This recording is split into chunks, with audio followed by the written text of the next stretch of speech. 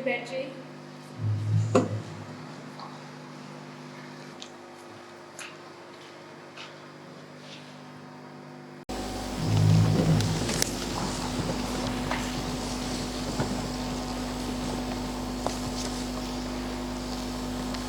माननीय सांसदों, आप सभी का युवा संसद में हार्दिक स्वागत एवं अभिनंदन है। नए सदस्य शपथ ग्रहण करेंगे। महासचिव महोदय। Thank you, Speaker Ma'am. Sushri Anjali Rana, who stand elected from the Darjeeling constituency of the West Bengal state, will now take the oath of affirmation. Sushri Anjali Rana.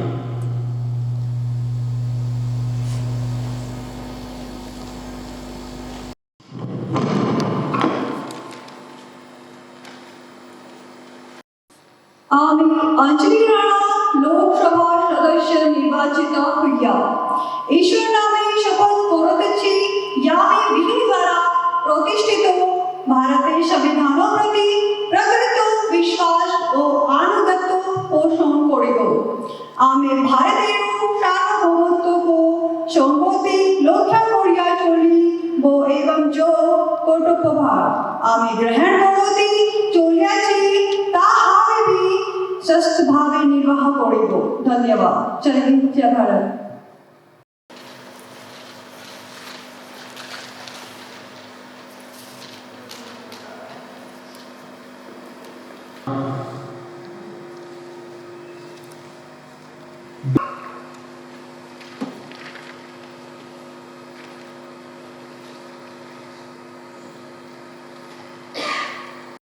कशिश युवा संसद की सदस्य होने के नाते ईश्वर की शपथ लेती हूँ कि मैं भारत के संविधान, लोकतंत्र और जनता की आवाज की रक्षा के लिए सदैव सतर्क और अडिग रहूंगी। मैं संकल्प लेती हूँ कि सरकार चाहे किसी भी दल की हो, उसकी हर नीति, हर निर्णय और हर खर्च पर सवाल पूछना, जवाब देना और गलतियों का पर्दाफाश करना मेरे कर्तव्य का अनिवार्य हिस्सा रहेगा। मैं संकल्प लेती हूँ कि मेरे लिए राष्ट्रहित सर्वोपरि और सरकार की आलोचना राष्ट्रद्रोह नहीं, बल्कि लोकतंत्र की सबसे पवित्र जिम्मेदारी है। भारत की संप्रभुता, अखंडता, संविधान और लोकतंत्र की परंपराओं की रक्षा करना मेरी सर्वोच्च प्राथमिकता रहेगी। ईश्वर मुझे शक्ति दे कि मैं जनता की उम्मीदों पर खरी उतरूं, सत्ता को जवाबदेह बनाऊं और विपक्ष का दायित्व पूरी निष्ठा, साहस और सच्चाई के साथ निभा सकूं। धन्यवाद।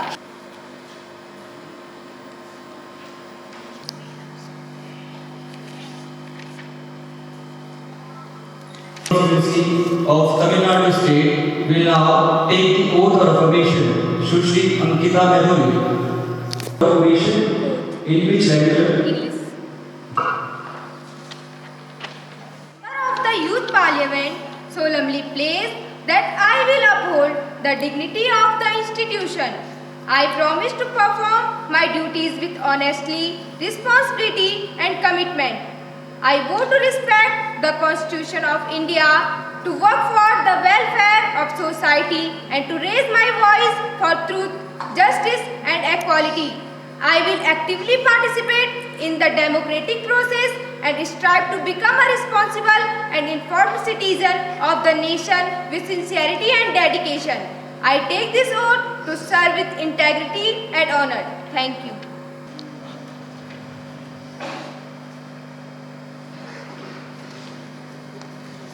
Who stand elected from the Puri constituency of Odisha state will now take the oath of affirmation. Shri Abhijit. In which language? ମୁଁ ଭାରତର ସମ୍ବିଧାନ ପ୍ରତି ସତ୍ୟ ଶ୍ରଦ୍ଧା ଓ ନିଷ୍ଠା ରଖିବି। ମୁଁ ଭାରତର ପ୍ରଭୁତ୍ୱ ଓ ଅଖଣ୍ଡତାର ରକ୍ଷା କରିବି। ଯେ ପଦକୁ ମୁଁ ଗ୍ରହଣ କରି ଯାଉଛି ତାହାର କର୍ତ୍ତବ୍ୟ ମାନଙ୍କୁ एवं ମୁଁ ଭୟ, ପକ୍ଷପାତ, ସ୍ନେହ କିମ୍ବା ଦୋଷ छठी सभंकु यथासंभव न्याय करेंगे। भारत माता की जय। वंदे उत्कर्ण जननी। जय जगन्नाथ। चेतम पुरुषोत्तम पुरी। धन्यवाद।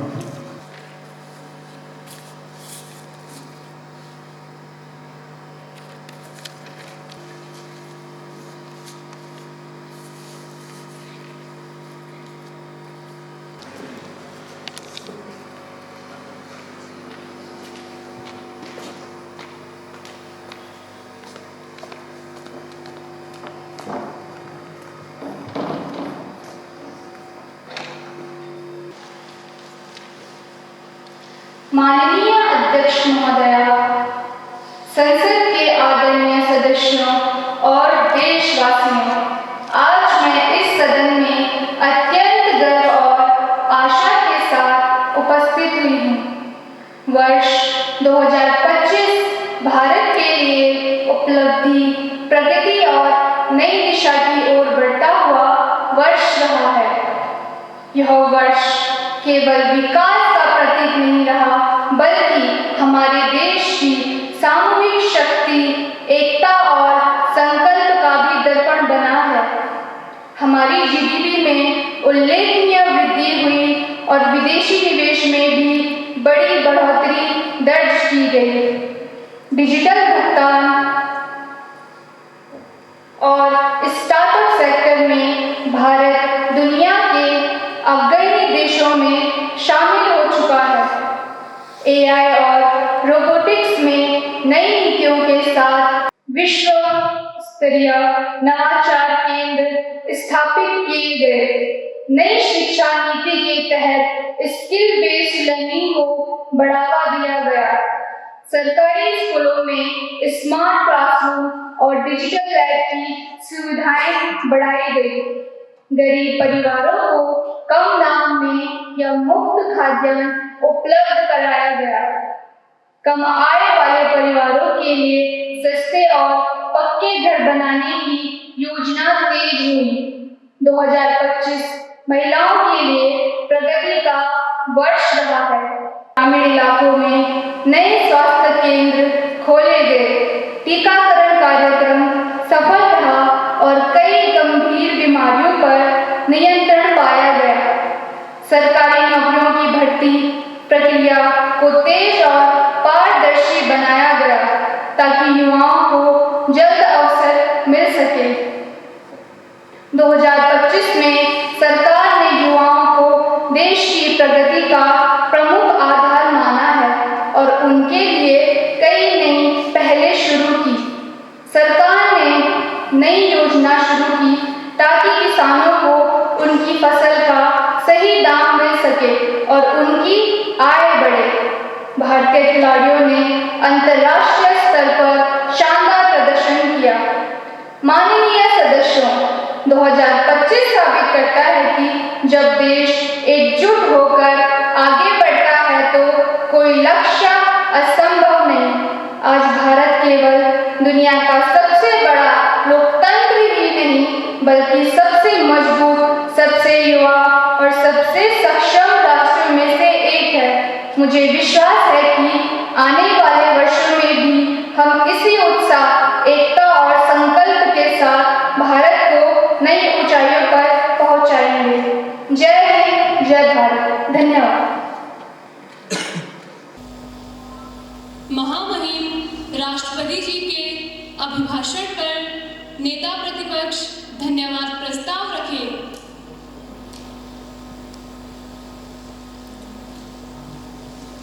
धन्यवाद अध्यक्ष महोदया, जो आपने मुझे महामहिम राष्ट्रपति जी के अभिभाषण पर कहने का अवसर दिया।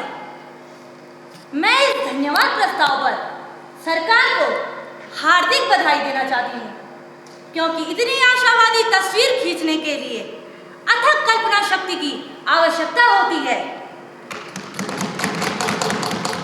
माननीय महोदय, जिस प्रकार से सरकार सदन में अपने कार्यों की प्रशंसा कर रही है, उस हिसाब से तो इस सदन का नाम युवा संसद नहीं, युवा प्रशंसा समारोह रख देना चाहिए। माननीय महोदय, देश का विकास बहुत तेजी से हो रहा है, लेकिन उस विकास की रफ्तार इतनी तेज है कि वो युवाओं तक पहुंच ही नहीं पा रही है। माननीय महोदय, हमारे देश का बजट विकसित कम और विचलित ज्यादा है। सरकार के लिए हर चीज सफल, स्कीम सफल, प्लान सफल, वादा सफल। अगर सरकार को मौका मिले तो ये समस्या को भी सफल घोषित कर दे। माननीय महोदय, कानून व्यवस्था की तस्वीर जितनी साफ अभिभाषण में दिखाई गई, काश उतनी साफ सड़कों और संस्थाओं में भी होती। माननीय महोदय, हकीकत तो यह है कि सुरक्षा के नाम पर सिर्फ दावे बड़े हैं, भरोसा नहीं। माननीय महोदय, धन्यवाद प्रस्ताव तो परंपरा है, इसलिए देना पड़ रहा है, लेकिन सरकार से आग्रह करूंगी कि जब हम कभी दोबारा सदन में मिलें तो वह इस अभिभाषण में थोड़ा सच्चाई भी मिला दे। माननीय महोदय, योजनाएं तो आपसे अच्छी बनती नहीं, स्क्रिप्ट तो आप धमाकेदार बना लेते हैं। अंत में बस इतना कहना चाहूंगी कि दुश्मनी जमकर करो, लेकिन ये गुंजाइश रहे जब हम कभी दोस्त हो जाएं तो आपको शर्मिंदा ना होना पड़े। धन्यवाद। महामहिम राष्ट्रपति जी के अभिभाषण पर माननीय प्रधानमंत्री अपना धन्यवाद प्रस्ताव रखें। धन्यवाद माननीय अध्यक्ष महोदया।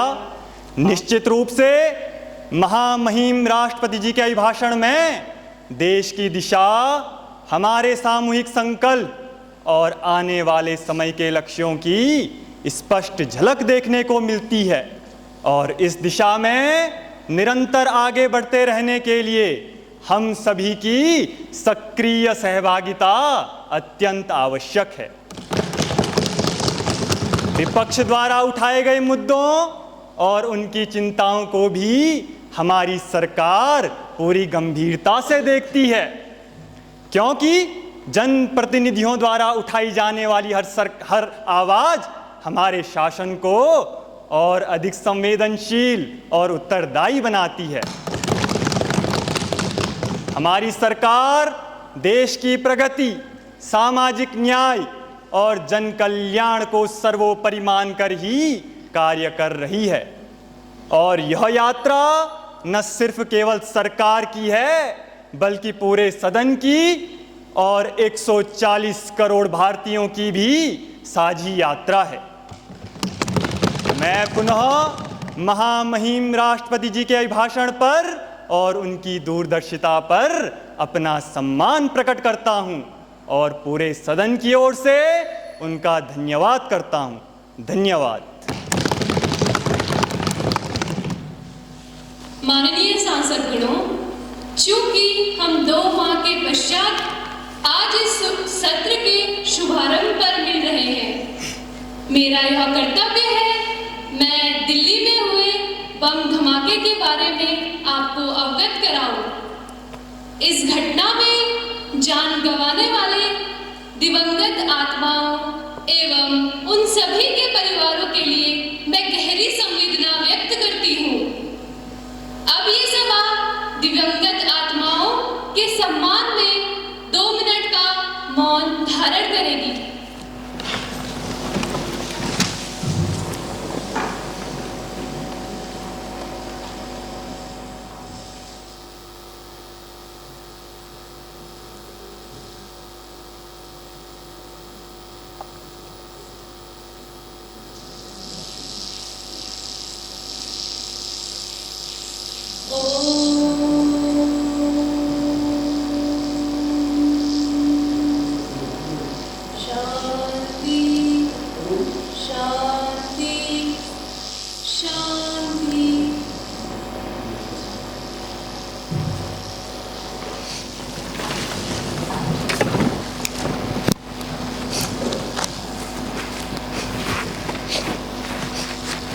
अब हम प्रश्नकाल की ओर बढ़ेंगे।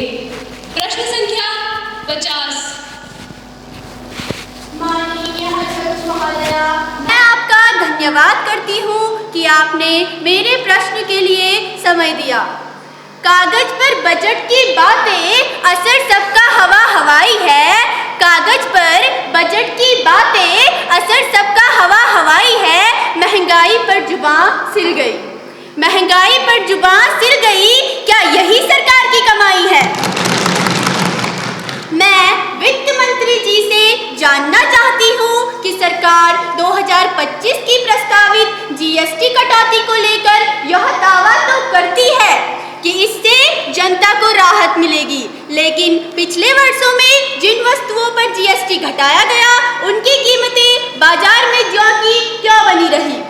बजट के पिटारे से निकला फिर वही सन्नाटा, गरीब की थाली पर लगा अब ताजा घाटा। वित्त मंत्री की नीति ने किया सबको निराश, वित्त मंत्री की नीति ने किया सबको निराश। जनता पूछ रही है आखिर कब होगा विकास, आखिर कब होगा विकास। ऐसे में क्या सरकार इस सदन को यह भरोसा दिला सकती है कि इस बार की कटौती सिर्फ घोषणाओं और प्रेस नोटों तक सीमित नहीं रहेगी? अध्यक्ष महोदया जी, क्या वित्त मंत्री यह स्पष्ट करेंगे कि आखिर किस तंत्र के माध्यम से यह सुनिश्चित किया जाएगा कि कंपनियां इस कटौती का लाभ वास्तव में उपभोक्ताओं तक पहुंचाए, या फिर यह भी पिछले वर्षों की तरह कागजों पर दिखने वाला सुधार बनकर रह जाएगा? माननीय अध्यक्ष महोदया जी, मंत्री जी जिस प्रकार से जीएसटी लगा रहे हैं, ऐसा लग रहा है कि वह जनता का नहीं स्वयं का विकास कर रहे हैं। ये सरकार जीते जी तो छोड़िए, मरने के बाद कपड़ पर भी टैक्स लगाती है। माननीय वित्त मंत्री। धन्यवाद अध्यक्ष। ये शोर शराबा, ये हंगामा अभी कम है, ये शोर शराबा, ये हंगामा अभी कम है, हमारी नीतियों में अभी बहुत दम है। अरे विपक्षियों, तुम तैयारी जरा और करके आना, क्योंकि ये तो बस शुरुआत है, अभी तो पूरा मैदान हमारा है। माननीय अध्यक्ष महोदया, मैं विपक्ष के आदरणीय सदस्य द्वारा उठाए गए प्रश्न का स्वागत करती हूँ और उनकी चिंताओं का सम्मान करती हूँ, लेकिन कुछ तथ्य स्पष्ट करना अत्यंत आवश्यक है ताकि देश की जनता और यह सदन केवल भ्रांतियों से नहीं बल्कि सच्चाई से परिचित हो सके। अध्यक्ष महोदया, मैं विपक्ष को बताना चाहती हूँ कि जीएसटी कटौती केवल एक कागजी घोषणा नहीं, यह जमीन पे दिखने वाला एक सुधार है।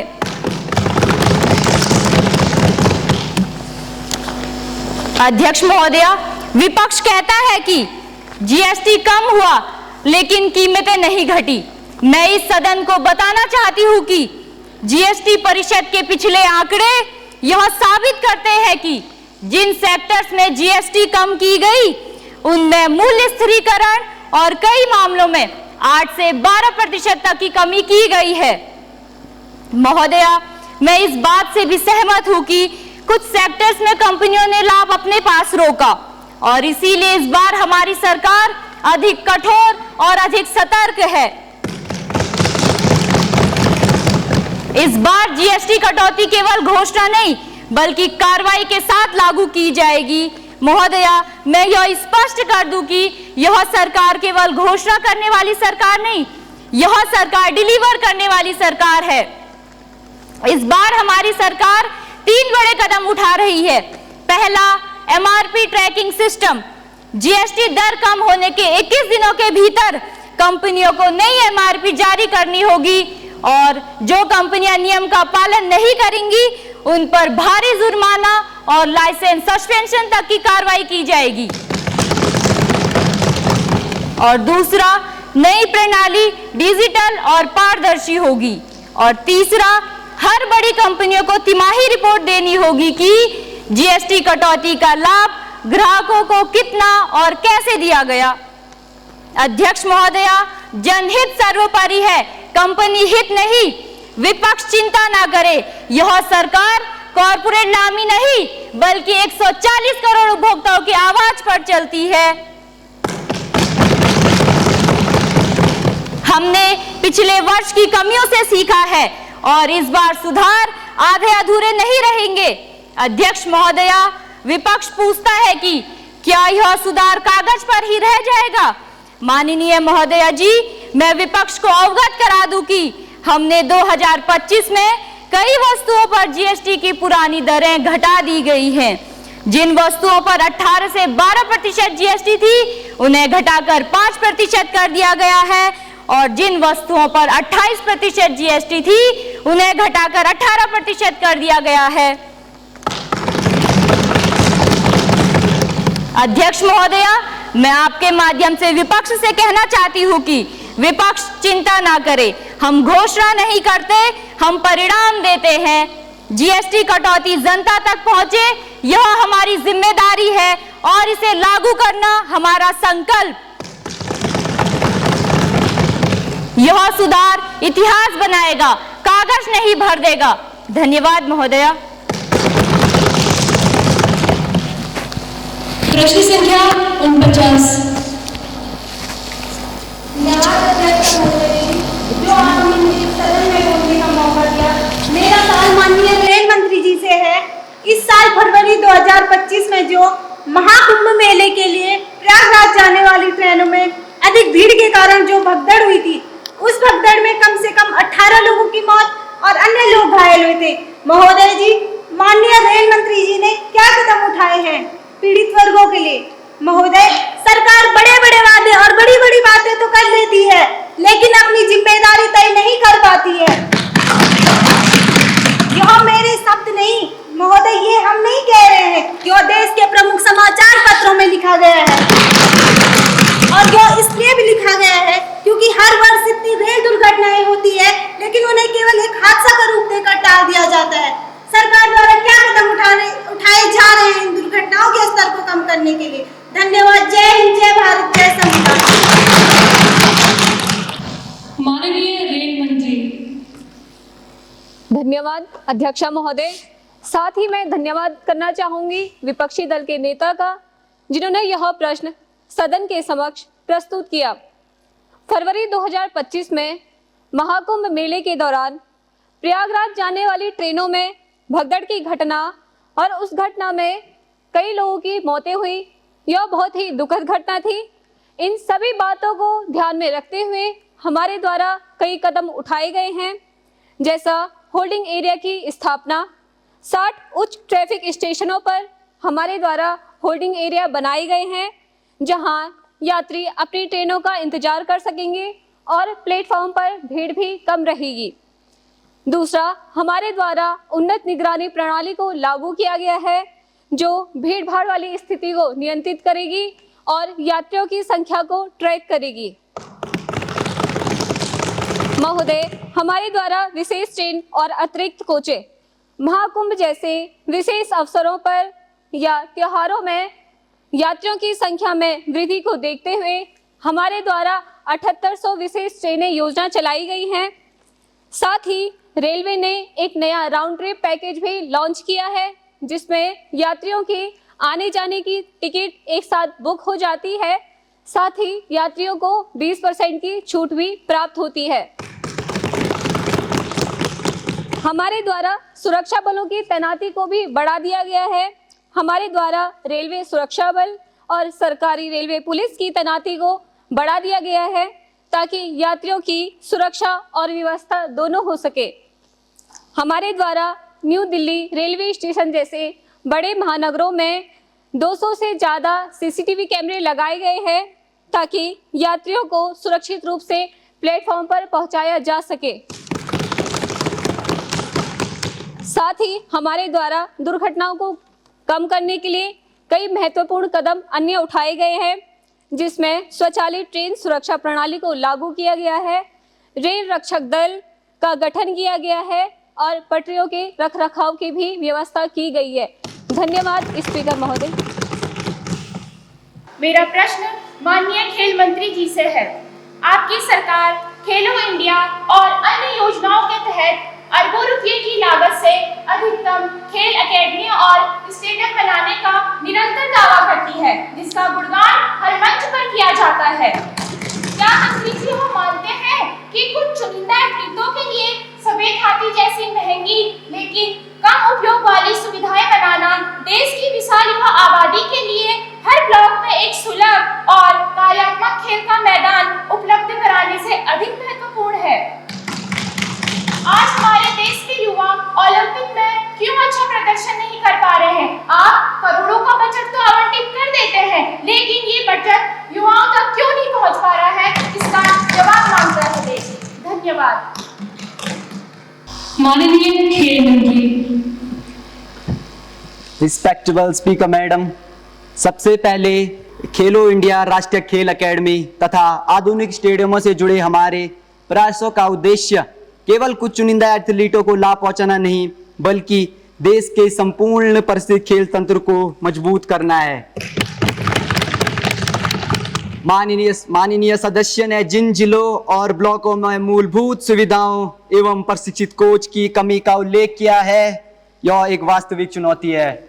सरकार इस बात को स्वीकार करती है और यह मानती है कि खेल प्रतिभा को जमीनी स्तर से सामने लाने के लिए स्थानीय प्रशिक्षण केंद्र, ग्राउंड स्टाफ कोच और उचित खेल अवसंरचना अत्यंत महत्वपूर्ण है। इसी दिशा में सरकार द्वारा हर जिले में खेल प्रतियोगिता कराई जाती है तथा उचित सुविधाएं और उपलब्ध कराई जाती हैं।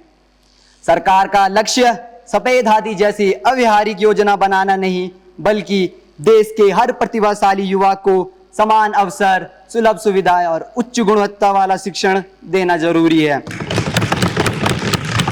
चाहे वो ग्रामीण स्तर का खिलाड़ी हो या फिर राष्ट्रीय स्तर का उभरता सितारा, हमारा उद्देश्य संतुलित विकास है, ना तो केवल एलीट एथलीट और ना ही केवल स्थानीय स्तर का। हमारे देश में पर्याप्त वैज्ञानिक प्रशिक्षण, आधुनिक ढांचा एवं विश्व स्तरीय सुविधाएं और टैलेंट आइडेंटिफिकेशंस की कमी है, जिस कारण से भारत में मेडल्स की कमी आ रही है। परंतु अब इन सभी स्थितियों पर काफी सुधार है। 2023-24 में एशियंस गेम्स में भारत द्वारा कुल 107 पदक जीते गए। स्पीकर मैडम, मैं इस सदन को आपके माध्यम से आश्वासन दिलाना चाहता हूं कि भारत आने वाले अंतर्राष्ट्रीय स्तर की प्रतियोगिता पर अपना सर्वश्रेष्ठ प्रदर्शन करेगी और हर जगह भारत का तिरंगा लहरा के रहेगी। अतः मैं इस सदन का कीमती समय अधिक न लेते हुए अपनी बात को यहीं विराम देता हूं। Thank you speaker madam. प्रश्न संख्या 290। आपने सदन में मुझे बोलने का मौका दिया। मेरा प्रश्न माननीय गृह मंत्री जी से है। अध्यक्ष महोदय जी, पहले आतंकी हमले देश के सीमावर्ती इलाकों पर होते थे, लेकिन अब ये आतंकी हमले देश की राजधानी दिल्ली तक पहुंच चुके हैं। महोदया, मंत्री जी कहते हैं हमने आतंकवादियों को उनके घर में घुसकर मारा, लेकिन दूसरी ओर आतंकवादी हमारे देश के भीतर तक घुस चुके हैं। महोदया, पहले पठानकोट, पुलवामा, फिर पहलगाम और अब दिल्ली देश के आतंकी हमलों से जूझ रहा है। मंत्री जी, क्या सरकार बताएगी कि आतंकी गतिविधियां बढ़ रही है या सरकार का निगरानी तंत्र ही छुट्टी पर है? क्या आपने कोई ऐसी कसम खा रखी है कि पहले आतंकवादी हमला करे तभी सरकार जागेगी? माननीय गृह मंत्री जी, इस सदन को बताने का कष्ट करें कि आतंकी गतिविधियों से निपटने और उन्हें रोकने के लिए आपकी क्या गतिविधियां हैं? माननीय गृह मंत्री। धन्यवाद अध्यक्ष महोदया। मैं धन्यवाद करना चाहूंगी नेता विपक्ष का और कि उन्होंने आतंकवादी जैसे गंभीर मुद्दे पर सवाल उठाया। महोदया, मैं विपक्ष को बताना चाहती हूँ, सबसे पहले एनएसजी महोदया, एनएसजी की स्थापना, अयोध्या में एनएसजी की स्थापना की घोषणा की गई, जिससे आतंकवादी हमलों में त्वरित प्रतिक्रिया सुनिश्चित हो सके। महोदया, हमारी सरकार ने एनएसजी की जम्मू में भी एक टास्क फोर्स की इकाई स्थापित की है। महोदया, एनएसजी कैंपस में सोशल ऑपरेशन ट्रेनिंग सेंटर और न केवल एनएसजी कमांडो की बल्कि देश भर में पुलिस बलों में तैनात एंटी टेरर यूनिट को भी अत्याधुनिक तकनीकी के साथ ट्रेन किया जाएगा। महोदया, अब तक 57 से अधिक व्यक्तियों और संगठनों आतंकवादी संगठन और आतंकवादी घोषित कर हम उनकी गतिविधियों पर नियंत्रण पाने में सफल हुए हैं। महोदया, हमारी सरकार ने धारा 370 से लेकर सर्जिकल स्ट्राइक, एयर स्ट्राइक और ऑपरेशन सिंदूर में आतंकियों को ठिकाना पहुंचाया है। हमारी सुरक्षा एजेंसियों ने सिद्ध किया है कि वे आतंकवादियों को पाताल में भी ढूंढकर निकालकर दंड देंगी। महोदया, अब तक पिछले 10 वर्षों में आतंकवादी हमलों में 70% की गिरावट देखी गई है। महोदया, ऑपरेशन सिंदूर के माध्यम से और भारत में हमले की व्यूह रचना के लिए बने पाकिस्तानी में टेरर ग्रुप्स और मुख्यालयों ने आतंकवादियों ने के टेरर कैंपस और पैट्स को ध्वस्त किया है। फिर ऑपरेशन व्यूह रचना के लिए बने पाकिस्तानी में टेरर ग्रुप्स और मुख्यालयों ने आतंकवादियों ने के टेरर कैंपस और पैट्स को ध्वस्त किया है। फिर ऑपरेशन महादेव। महोदया, ऑपरेशन महादेव ने पहलगाम आतंकवादी गुनहगारों को समाप्त हमारे सुरक्षा बलों पर देश का विश्वास रखने में काम किया है। धन्यवाद माननीय अध्यक्ष महोदया। मेरा सवाल माननीय विदेश मंत्री जी से है कि भारत विश्व की 2 बड़ी अर्थव्यवस्थाओं के साथ दोस्ताना संबंध रखता है, जिसमें से अमेरिका जैसी बड़ी अर्थव्यवस्था भारत पर 50% से कर लगा देती है और हमारी सरकार हाथ पर हाथ धरी बैठी है। महोदय, हाथ पर हाथ धरी बैठी है। माननीय विदेश मंत्री जी के शब्दों से ऐसा लगता है कि ये एक छोटी बात है, लेकिन महोदय ये एक छोटी बात नहीं है। यही सरकार है कि भारत की अर्थव्यवस्था को कमजोर करने का कार्य करेगी और हमें महाभारत और रामायण की कहानी सुनाएगी। मोहब्बत कौन करता है, सियासत कौन करता है? अरे मोहब्बत कौन करता है, सियासत कौन करता है? अरे मंत्री महोदया जी, क्या आपकी हिफाजत अमेरिका करता है? महोदया जी, अमेरिका द्वारा 2 प्रकार की टैक्स लगाई जाती है, जिसमें से 25% टैरिफ व्यापार के क्षेत्र में तथा 25% टैरिफ दंड के रूप में लगाई जाती है। व्यापार के क्षेत्र में हम टैरिफ तो समझते हैं महोदया जी, लेकिन ये दंड के रूप में कैसी टैरिफ है? और मैं माननीय विदेश मंत्री जी से कहना चाहता हूं कि इस संबंध में आपकी क्या नीति है तथा सरकार के पास आगे क्या विकल्प है? धन्यवाद। माननीय विदेश मंत्री। धन्यवाद अध्यक्ष महोदया। माना कि तेरे दीद के काबिल नहीं हूँ मैं, माना कि तेरे दीद के काबिल नहीं हूँ मैं, तू मेरा शौक देख, मेरा इंतजार देख, तू मेरा शौक देख, मेरा इंतजार देख। मैं माननीय अध्यक्ष महोदया जी के माध्यम से विपक्षी दल को बताना चाहूंगी कि अंतर्राष्ट्रीय पटल पर भारत को उसके धैर्यपूर्ण एवं जिम्मेदार रवैये के लिए जाना जाता है, इसलिए आप भी थोड़ा सब्र रखिए। 2025 में भारत और अमेरिका के संबंध रणनीतिक साझेदारी पर आधारित थे, जिसमें रक्षा और प्रौद्योगिकी सहयोग में वृद्धि हुई, लेकिन व्यापार पर कुछ तनाव भी रहा। भारत के प्रधानमंत्री की अमेरिका यात्रा के बाद 13 फरवरी सन 2025 को एक संयुक्त वक्तव्य जारी किया गया था, जिसमें इस साझेदारी की पुष्टि की। हालांकि व्यापार के घाटे को लेकर अमेरिका के दबाव के कारण टैरिफ जैसे मुद्दे भी बने रहे।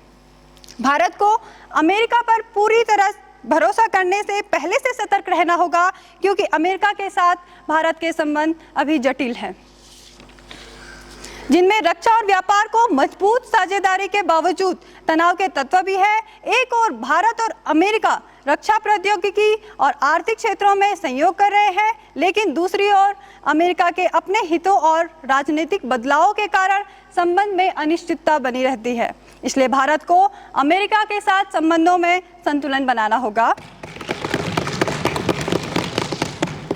भारत के लिए अमेरिका पर भरोसा करने के पक्ष और विपक्ष में कुछ तर्क हैं जो मैं आपके सम्मुख रखना चाहूँगी, जिनमें कुछ सकारात्मक पहलू भी हैं। भारत और अमेरिका की रक्षा साझेदारी मजबूत है और इनमें हथियारों की खरीद, तकनीकी हस्तांतरण और हिंद प्रशांत क्षेत्रों में सहयोग शामिल है।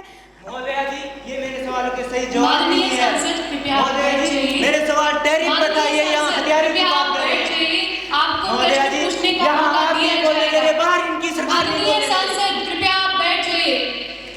अगर आप सवाल पूछने की क्षमता रखते हैं तो सुनने की भी क्षमता रखिए। अन्य सहयोग की बात है, जो अंतरिक्ष सहयोग में कुछ वृद्धि हुई है, जिनमें नासा, इसरो साझेदारी और इक्सो मिशन 4 भी शामिल है। नकारात्मक पहलू है राजनीतिक और आर्थिक दबाव। अमेरिका द्वारा व्यापार और टैरिफ को लेकर भारत पर राजनीतिक और कूटनीतिक दबाव डाले जाने की संभावना बढ़ रही है। आज भारत में टैरिफ अस्थिरता के कारण व्यापार के पुराने समीकरण उलट रहे हैं, एंटी ग्लोबलाइजेशन भावना बढ़ रही है और यह विश्व अर्थव्यवस्था के लिए चिंता का विषय है। और ऐसे समय में भारत को अपनी रणनीति मजबूत करते हुए आगे बढ़ना होगा, ना कि एक दूसरे पर आरोप प्रत्यारोप लगाना। यदि ऐसे समय में हम एक दूसरे पर आरोप प्रत्यारोप करते रहे तो स्वाभाविक है कि आने वाले समय में भी विदेशी देश हमारे देश का शोषण करते रहेंगे। भारत अमेरिका के साथ कोई भी व्यापारिक समझौता तभी करेगा जब उसकी रेड लाइंस यानी कृषि और डेयरी सेक्टर में विदेशी सामान की बिना रोक टोक एंट्री की अनुमति ना दी जाए। जो रणनीतिक नुकसान हुआ था उसे अब पाटना होगा। धन्यवाद। जय हिंद, जय भारत। प्रश्न संख्या 5। स्पीकर महोदया, आपने मुझे इस सदन में अपने प्रश्न रखने का मौका दिया। महोदया जी, माननीय मंत्री महोदय, देश में सड़क दुर्घटनाएं लगातार बढ़ती जा रही है। मंत्रालय सड़क सुरक्षा बढ़ाने के लिए कोई ठोस कदम जैसे trauma care centre, intelligent transport system या स्कूल स्तर जैसी शिक्षा लागू कर रही है। माननीय मंत्री महोदय, इस वर्ष 2025 में बाढ़, भूस्खलन और भारी बारिश से कई राजमार्ग क्षतिग्रस्त हुए हैं। मंत्रालय इसके पुनर्निर्माण के लिए सरकार क्या विशेष योजनाएं लागू कर रही है? धन्यवाद स्पीकर महोदय। माननीय सड़क परिवहन मंत्री। धन्यवाद माननीय अध्यक्ष महोदया जी, एवं आपके माध्यम से मैं प्रतिपक्ष का भी धन्यवाद करना चाहूंगा, जिन्होंने ये जनहित का मुद्दा इस सदन में रखने का कष्ट किया।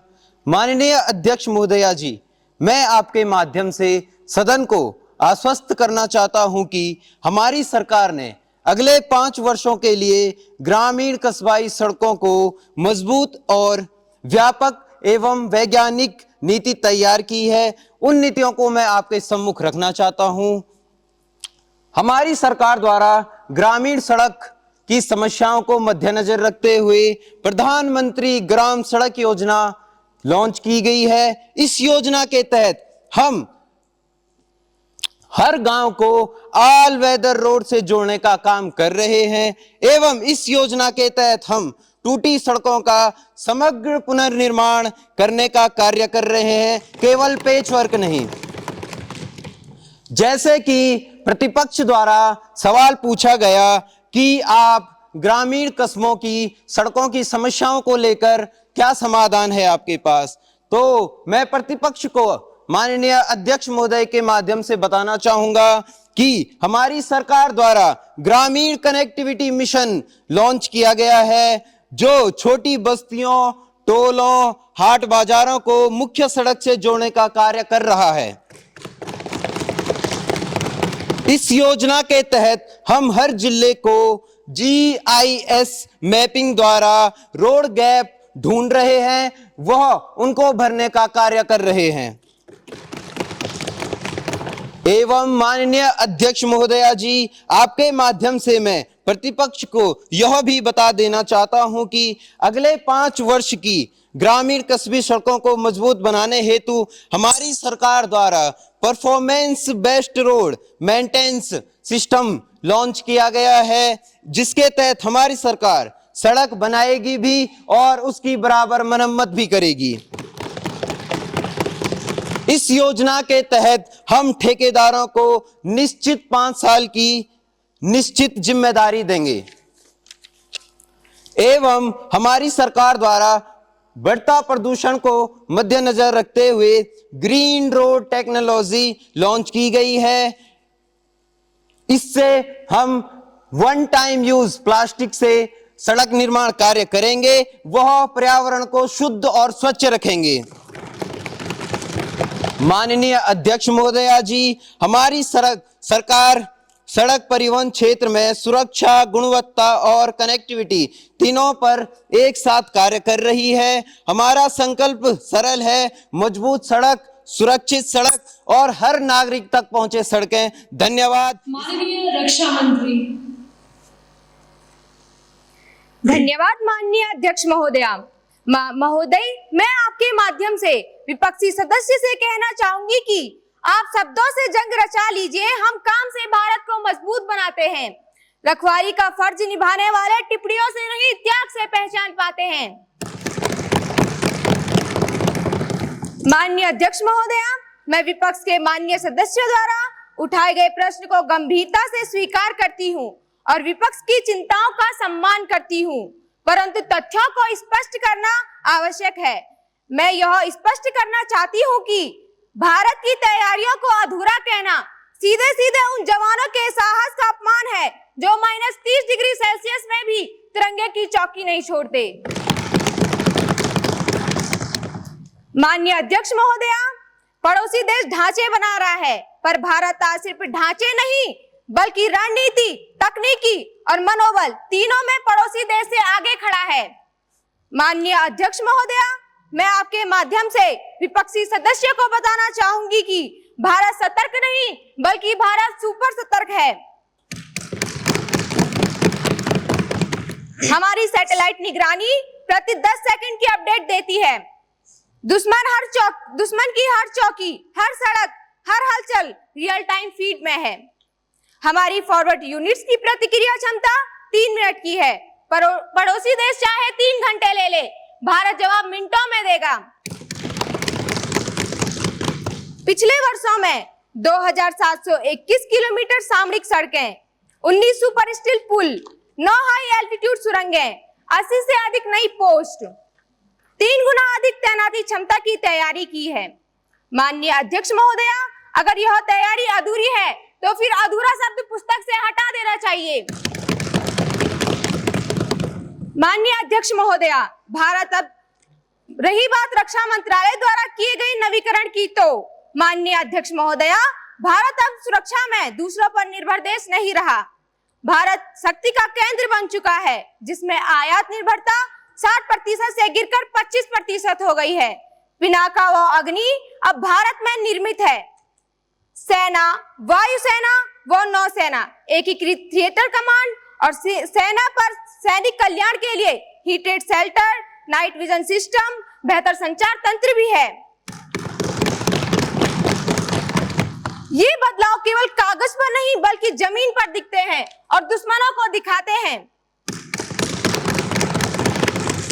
माननीय अध्यक्ष महोदया, मैं विपक्ष को याद दिलाना चाहती हूँ, भारत की सुरक्षा पर टिप्पणी करने से पहले कृपया उन माताओं को याद करें जो अपने बेटे को सीमा पर भेजते समय आंसू नहीं हौसला देती हैं।